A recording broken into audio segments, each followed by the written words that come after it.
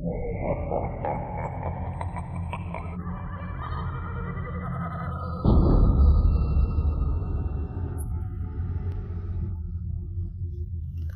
बात है 2 साल पुरानी।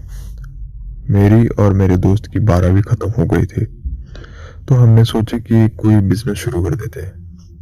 तो हमने एक वाटर सप्लाई का बिजनेस शुरू कर दिया। पैसों की थोड़ी कमी थी, इसीलिए हमने 2 व्हीलर पर ही हमारा ट्रांसपोर्टिंग का काम शुरू कर दिया था। कुछ दिनों के बाद हमें एक ऑर्डर मिलती है, पर वो हमारे घर से कुछ 20 से 25 किलोमीटर की दूरी पर थी। तभी हम दोनों ने हमारी 2 बाइक्स को निकाला और 4 बॉटल के सेट लेकर हम निकल पड़े। भरी दोपहर में हम दोनों बॉटल्स के सेट लेकर रास्ते से जा रहे थे।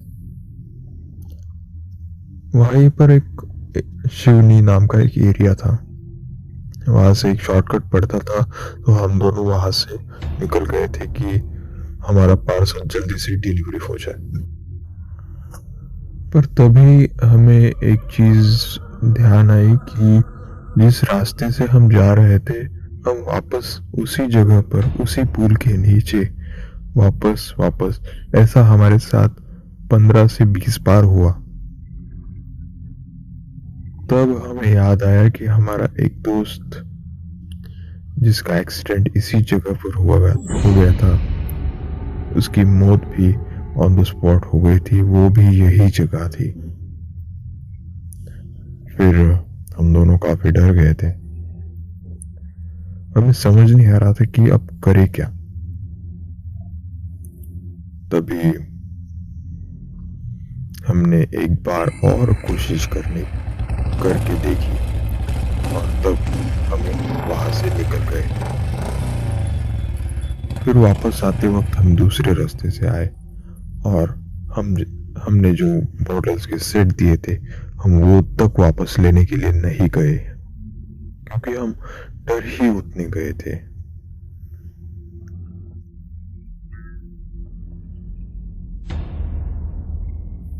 ये बात 10 से 12 साल पुरानी है दोस्तों। तब मैं और मेरी छोटी बहन मेरे डैड के पास नीचे बैठे थे। तब उनको उनके गांव से किसी का फोन आता है, शायद चाचा का था। वो उनको बुलाते हैं कि गांव में फेस्टिवल है, तुम खाने पर आ जाओ। तो डैड हाँ करते हैं और हम निकल पड़ते हैं। हमारा गांव हमारे घर से कुछ 20 से 25 किलोमीटर की दूरी पर था। हम शाम के 6 बजे निकलते हैं और 7 बजे वहां पर पहुंच जाते हैं। फिर वहां पर पहुंचने के बाद में हम सब लोग सबसे बातें करते हैं, और थोड़ी देर के बाद में फेस्टिवल देखने के लिए गांव में चले जाते हैं। वापस आते आते हमें काफी वक्त हो गया था। फिर खाना खाते हैं और हमें निकलने में कुछ 10 बज गए थे। तो चाचा जी कहते हैं कि आज के दिन रहने दो, पर मेरे डैड नहीं मानते। काफी देर बात करने के बाद भी मेरे डैड ना ही कहते।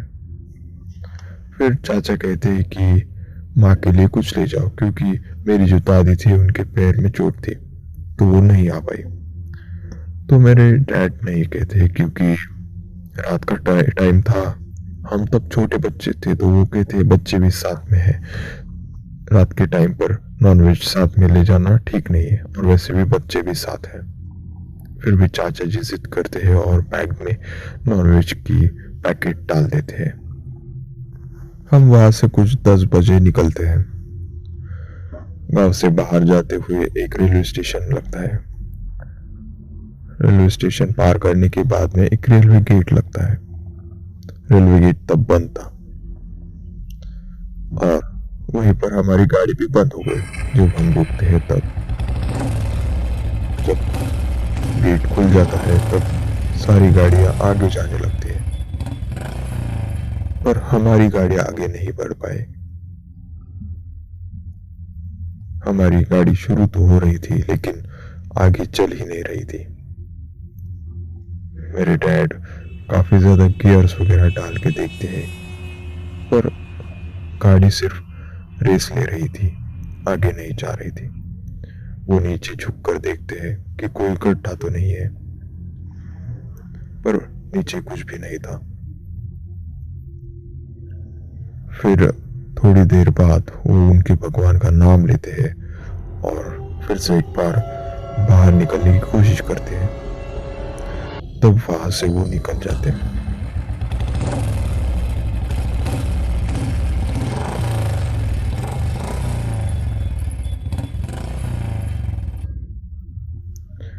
घर पहुंचने के बाद माँ से वो पूछते हैं कि तुम्हें वहां पर कुछ अजीब लगा क्या? तो माँ नहीं कहती। तब वो बताते हैं कि हम जहां पर थे वहां पर हमें किसी अजीब सी अदृश्य शक्ति ने पकड़ लिया था। माँ डर जाती है। वो पूछते हैं तो डैड के बोलते हैं कि हमारे पास तब नॉनवेज था इसलिए। और जैसे ही वो नॉनवेज की थैली उन्होंने फेंक दी, तभी गाड़ी आगे जा पाई थी।